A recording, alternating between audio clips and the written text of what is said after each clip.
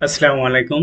ধারাবাহিক প্রথম আলো বিশ্লেষণের আজ রোজ সোমবার 15ই জুলাই 2024, 31শে আষাঢ় 1431, 8 মহররম 1446। আমরা এখন হেডলাইনগুলো দেখার চেষ্টা করবো ইনশাল্লাহ।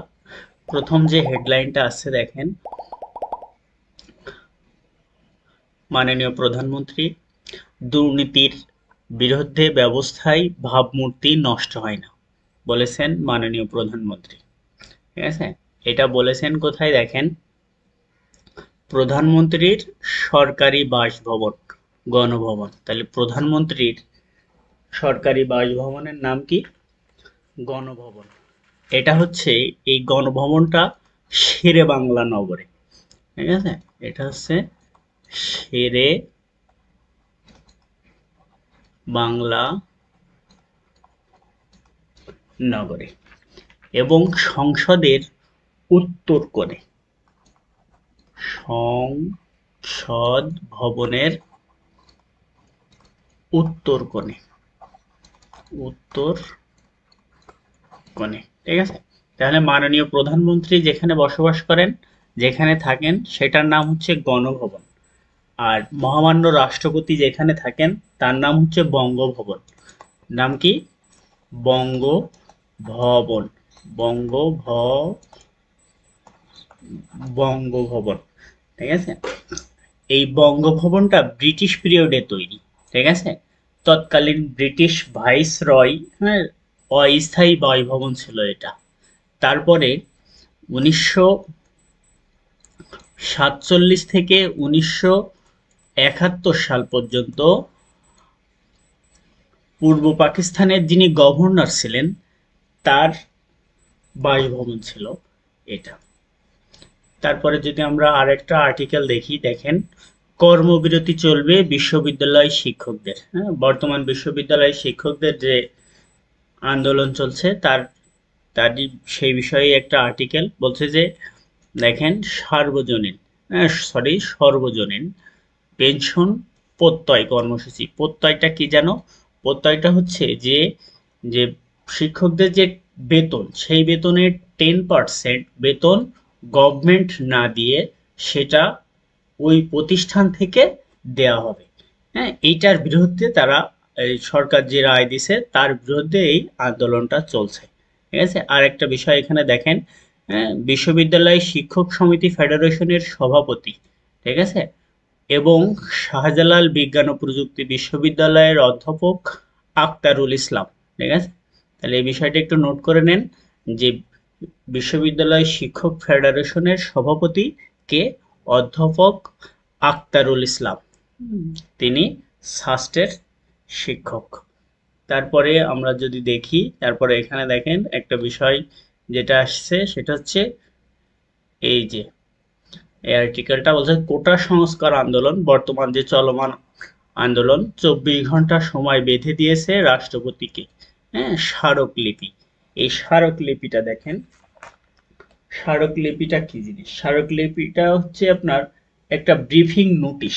ঠিক আছে, সংক্ষিপ্ত ব্রিফিং নোটিশ, যে কোনো বিষয়ে একটা নোটিশ দেওয়া। ঠিক আছে, এটা হচ্ছে মেমোরেন্ডা।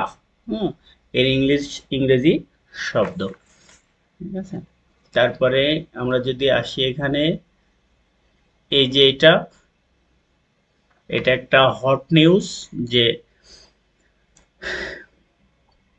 নির্বাচনীয় সমাবেশে বক্তৃতায়, সময় ট্রাম্পকে গুলিবিদ্ধ। এই গুলিবিদ্ধ করা হয়েছে আপনার কোথায়? ঠিক আছে, পেনসিলভেনিয়ার বাটারে। পেনসিলভেনিয়ার বাটারে। ইউএস এর বা যুক্তরাষ্ট্রের যে 50টা রাজ্য আছে, কতটি রাজ্য? 50টি রাজ্য। ঠিক আছে, তার ভিতরে নবম, হ্যাঁ, নাইন্থ, হ্যাঁ, জনবহুল বা ঘনবসতিপূর্ণ রাজ্য হচ্ছে আপনার পেনসিলভেনিয়া। ঠিক আছে, পেনসিলভেনিয়া। পেনসিলভেনিয়ার রাজধানী হচ্ছে হ্যারিসবার্গ। হুম, রাজধানী রাজধানী হচ্ছে হ্যারিসবার্গ। হ্যারিসবার্গ। পেনসিলভেনিয়ার রাজধানী হ্যারিসবার্গ। তারপরে আমরা যদি আরেকটু নিচে আসি অপর পাতায়, দেখেন এখানে যে আর্টিকেলটা আছে সেটা বলছে যে দক্ষিণ, ঠিক আছে, এই যে দক্ষিণ ও দক্ষিণ পূর্ব এশিয়া, তাই না? এশিয়া কি একটা, এশিয়া একটা মহাদেশ, ঠিক আছে। পৃথিবীর আয়তনে ও জনসংখ্যায় বৃহত্তম মহাদেশ হচ্ছে এশিয়া, ঠিক আছে। মোট আয়তনের 30 ভাগই হচ্ছে এশিয়ার। দেখেন এই এশিয়ার মোট অঞ্চলকে কয়েকটা ভাগে ভাগ করা হয়, ঠিক আছে। এশিয়ার মোট রাষ্ট্র, মোট দেশ হচ্ছে আপনার 49টি। এশিয়ার মোট দেশ কত? 49টি। এই 49টি দেশের অবস্থানগত ভেদ করে কয়েকটা অঞ্চলে ভাগ করা হয়। তার ভিতরে আছে এই যে দক্ষিণ অঞ্চল, দক্ষিণ পূর্ব অঞ্চল, হ্যাঁ, দক্ষিণ পূর্ব এশিয়া বলে ওটাকে, ঠিক আছে, মধ্যপ্রাচ্য, দূরপ্রাচ্য, নিকট প্রাচ্য, ককেশাস অঞ্চল, হ্যাঁ, মধ্য এশিয়া, এরকম কয়েকটা। তাই যে দক্ষিণ এশিয়ার দেশ, হ্যাঁ, দক্ষিণ এশিয়ার দেশ হচ্ছে 8টি। দক্ষিণ এশিয়ার দেশ কতটি? 8টি। এই 8টির ভিতরে আছে বাংলাদেশ আছে, হ্যাঁ, ইন্ডিয়া আছে, সার্কভুক্ত দেশগুলো আপনার দক্ষিণ দক্ষিণ এশিয়ার দেশ। আর দক্ষিণ পূর্ব এশিয়ার দেশ হচ্ছে আপনার, এই যে দক্ষিণ পূর্ব এশিয়ার দেশ হচ্ছে মায়ানমার, যেটা আমাদের পার্শ্ববর্তী দেশ Myanmar, Laos, Myanmar, Laos, Vietnam, হ্যাঁ, লাওস, ভিয়েতনাম, কম্বোডিয়া, কম কম্বোডিয়া। আবার দেখেন এই লাওস, ভিয়েতনাম, কম্বোডিয়া, হ্যাঁ, একত্রে এদেরকে আবার ইন্দোচীনও বলা হয়। কি বলা হয়? ইন্দোচীন। এদেরকে আবার একত্রে ইন্দোচীনও বলা হয়ে থাকে, ঠিক আছে। এখানে আরো আছে থাইল্যান্ড আছে, ফিলিপাইন আছে, মালয়েশিয়া আছে, হ্যাঁ, সিঙ্গাপুর, পূর্ব তিমুর, এরকম কয়েকটা মিলে এদের মধ্যে কি হয়েছে? সহযোগিতা জোট। তারপরে দেখেন বলছে যে থাইল্যান্ডের বর্তমান বাণিজ্যিক উপদেষ্টা, হ্যাঁ, তিনি বাংলাদেশ সফর করছেন। তারপরে দেখেন এই যে থাইল্যান্ড, হ্যাঁ, থাইল্যান্ডকে আপনাকে কি বলা হয় বলেন তো? হ্যাঁ, থাইল্যান্ডকে থাইল্যান্ডকে শ্যাম দেশ বলা হয় না? শ্যাম দেশ, শ্যাম দেশ বা সাদা হাতির দেশ, সাদা হাতির দেশ। সাদা হাতির দেশ বলা হয় কেন? কারণ থাইল্যান্ডের জাতীয় প্রতীক হচ্ছে হাতি, আর রয়্যাল ক্ষমতার প্রতীকও হচ্ছে এই সাদা হাতি। আবার থাইল্যান্ডের আপনার দাপ্তরিক নাম হচ্ছে থাই রাজ্য, দাপ্তরিক নাম হচ্ছে থাই রাজ্য, ঠিক আছে। এই আরেকটা গুরুত্বপূর্ণ ইনফরমেশন থাইল্যান্ড সম্পর্কে, এই থাইল্যান্ডের মোট প্রদেশ হচ্ছে 76টি, হ্যাঁ, অনেকগুলো প্রদেশ, কিন্তু এটা একটু মনে রাখার চেষ্টা করবেন। আর থাইল্যান্ডের রাজধানী ব্যাংকক সবাই জানেন, ঠিক আছে।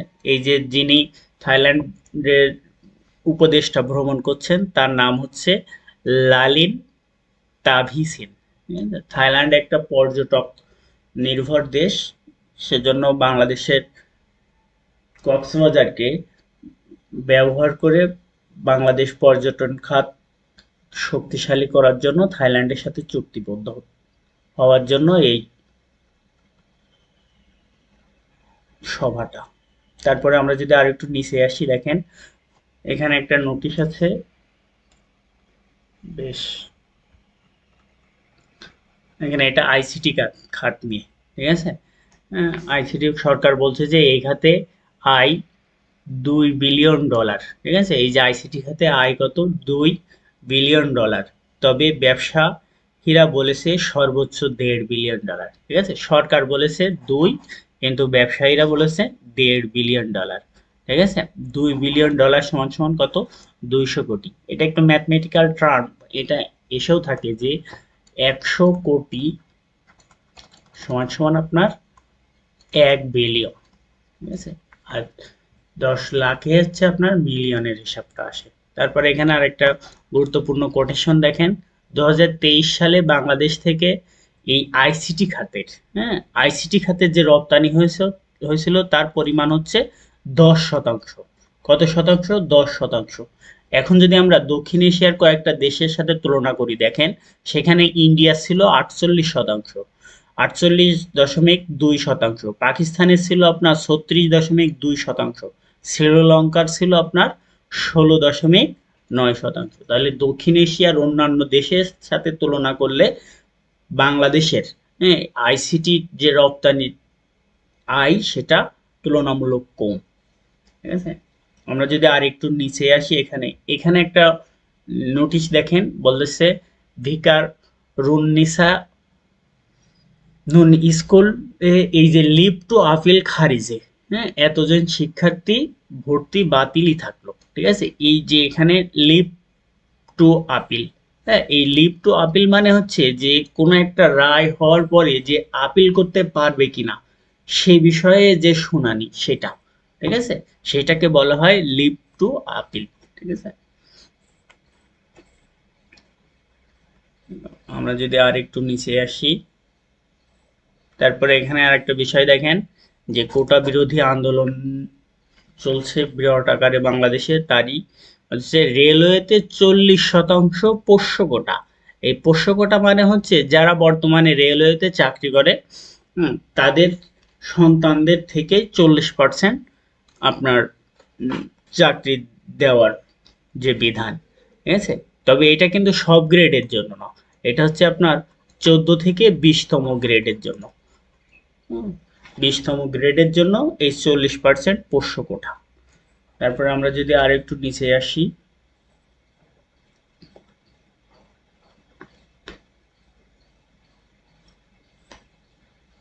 দেখেন এখানে এই যে বর্ষায় সাধারণত 3 ধরনের রোগ হয়ে থাকে। ঠিক আছে, মশাবাহিত রোগ 3 ধরনের, সেগুলো হচ্ছে আপনার একটা ম্যালেরিয়া, একটা ডেঙ্গু জ্বর, আর একটা হচ্ছে চিকুনগুনিয়া। হুম, এই যে চিকুনগুনিয়া, ঠিক আছে, এই যে চিকুনগুনিয়া ভাইরাস থেকে সৃষ্ট অসংক্রামক একটা রোগ। ঠিক আছে, আর ডেঙ্গু জ্বর আপনার এই স্ত্রী মশা থেকে হয়ে থাকে। ডেঙ্গু জ্বরের 3টা লেভেল থাকে, হ্যাঁ, এ বি সি। এটা প্রাথমিক লেভেল, হ্যাঁ, তারপর এটা সেকেন্ডারি লেভেল, এটা থার্ড। ঠিক আছে, প্রাথমিক লেভেলটা বেশ আশঙ্কা মুক্ত, কিন্তু দ্বিতীয় তৃতীয়টা আশঙ্কা। তারপরে দেখেন এই যে ম্যালেরিয়া হলো আপনার প্লাজমোডিয়াম, হ্যাঁ, পরজীবী সৃষ্ট তীব্র জ্বর। হ্যাঁ, এগুলো একটু নোট করে নেবেন। তারপর আমরা যদি আরেকটু নিচে আসি, দেখেন এই যে যুদ্ধ শিশু, ঠিক আছে, বাংলাদেশের স্বীকৃতি দেওয়া প্রথম, হ্যাঁ, এবং একমাত্র যুদ্ধ শিশু হচ্ছে আপনার মেরিনা খাতুন। মেরিনা খাতুন খাতুন ইনি যখন জন্মগ্রহণ করছিল, দেখেন এটা 1971 সালের স্বাধীনতা যুদ্ধ চলাকালীন তাড়ালের, আমি যদি এটা জুম করে দেখাই, দেখেন এই যে তাড়াল হচ্ছে আপনার সিরাজগঞ্জের একটা উপজেলা। ঠিক আছে, চলাকালীন সময় তাড়ালের উত্তরপাড়া গ্রামে মৃত ফাজিল আকন্দের স্ত্রী, হ্যাঁ, পুসি বেওয়ালকে, হ্যাঁ, এই পুসি বেওয়ালও মুক্তিযোদ্ধা, ঠিক আছে, বীরাঙ্গনা, রাজাকারের মুখে তুলে নিয়ে যায় এবং পাকিস্তান ক্যাম্পে, এবং সেখানে আটক রেখে নির্যাতনকালীন সময়ে জন্মগ্রহণ করে এই মেরিনা খাতুন। সেজন্য জামুকের, হ্যাঁ, জামুক জামুকের 89তম সম্মেলনে এই মেরিনা খাতুনকে আপনার স্বীকৃতি দেওয়া হয় যুদ্ধ শিশু হিসেবে। এই জামুক হচ্ছে জাতীয় মুক্তিযোদ্ধা কাউন্সিল। ঠিক আছে, জাতীয় মুক্তিযোদ্ধা কাউন্সিল, জামুক। আমি যদি আর একটু নিচে আসি, দেখেন বাংলাদেশে দেখেন এই যে 3000 কর্মী নেবে ইউরোপের 4টা দেশ। এই 4টা দেশের ভিতরে আছে ইতালি, জার্মানি, গ্রিস, রোমানিয়া। ঠিক আছে, তারপরে আমরা যদি আর একটু নিচে আসি, এই যে মাননীয় প্রধানমন্ত্রী কিছুদিন আগে চীন সফর করে আসলেন। দেখেন, মাননীয় প্রধানমন্ত্রীর চীন সফর ছিল 4 দিনের, ঠিক আছে, 4 দিনের। এটা ছিল হচ্ছে আপনার 8 জুলাই। 8 জুলাই থেকে 11 জুলাই হওয়ার কথা ছিল, কিন্তু অনিবার্য কারণবশত তিনি 10 জুলাই একদিন আগেই বাংলাদেশে ব্যাক করেন। আর চীন ও বাংলাদেশের ভিতরে 21টি সমঝোতা স্মারক সই হয়েছে, ঠিক আছে। মাননীয় প্রধানমন্ত্রীর চীন সফরে এই যে 21টি সমঝোতা স্মারক সিগনেচার হয়েছে বা সই হয়েছে। তারপর আমরা যদি আর একটু নিচে আসি, হ্যাঁ,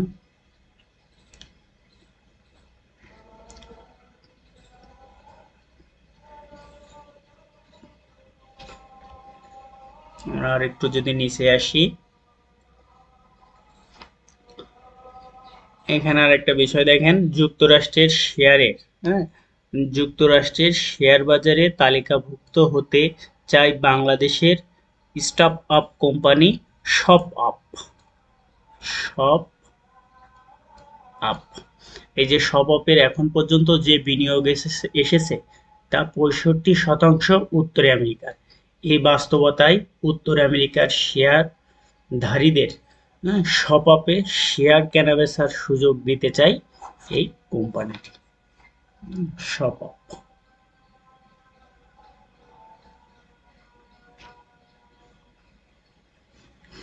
তারপরে আমরা যদি আরেকটু নিচে আসি, এখানে মার্কিন প্রেসিডেন্ট, সাবেক মার্কিন প্রেসিডেন্ট ডোনাল্ড ট্রাম্প যে পেনসিলভেনিয়ায় গুলিবিদ্ধ হয়েছিল তারই একটা চিত্র দেখতে পাচ্ছি। আমরা যদি আরেকটা নিচে আসি, দেখেন এখানে হামাসের নিয়ে কয়েকটা দেখেন, ইসরায়েলের সঙ্গে যে যুদ্ধবিরতি চায় না ফিলিস্তিনি স্বাধীনতাকামী সংগঠন হামাস, ঠিক আছে। আমরা আরেকটা মামলা দেখছি এখানে, নোটিশ যে ইদ্যত মামলায় খালাস পেয়েও স্বস্তি বেশিক্ষণ স্থায়ী হলো না পাকিস্তানের সাবেক প্রধানমন্ত্রী ইমরান খান ও স্ত্রী বুশরা বিবি। এই যে ইদ্যত মামলা, তাই না, এই ইদ্যত হচ্ছে ইসলামিক বিবাহ বিচ্ছেদ বা স্বামী, হ্যাঁ, বা স্বামী মারা যাওয়ার পরে স্ত্রী যতদিন ঘরে থাকেন অথবা অন্য জায়গায় বিয়ে করতে যেতে পারেন না, এই সময়টাকে ইদ্যত বলে, ঠিক আছে। তার আগে যদি অন্য কোথাও যায় বা বিয়ে করে সেটাকে ইদ্যত মামলা করা যেতে পারে ইসলামিক আইন অনুযায়ী, হ্যাঁ। তারপর আমরা যদি আর একটু নিচে আসি,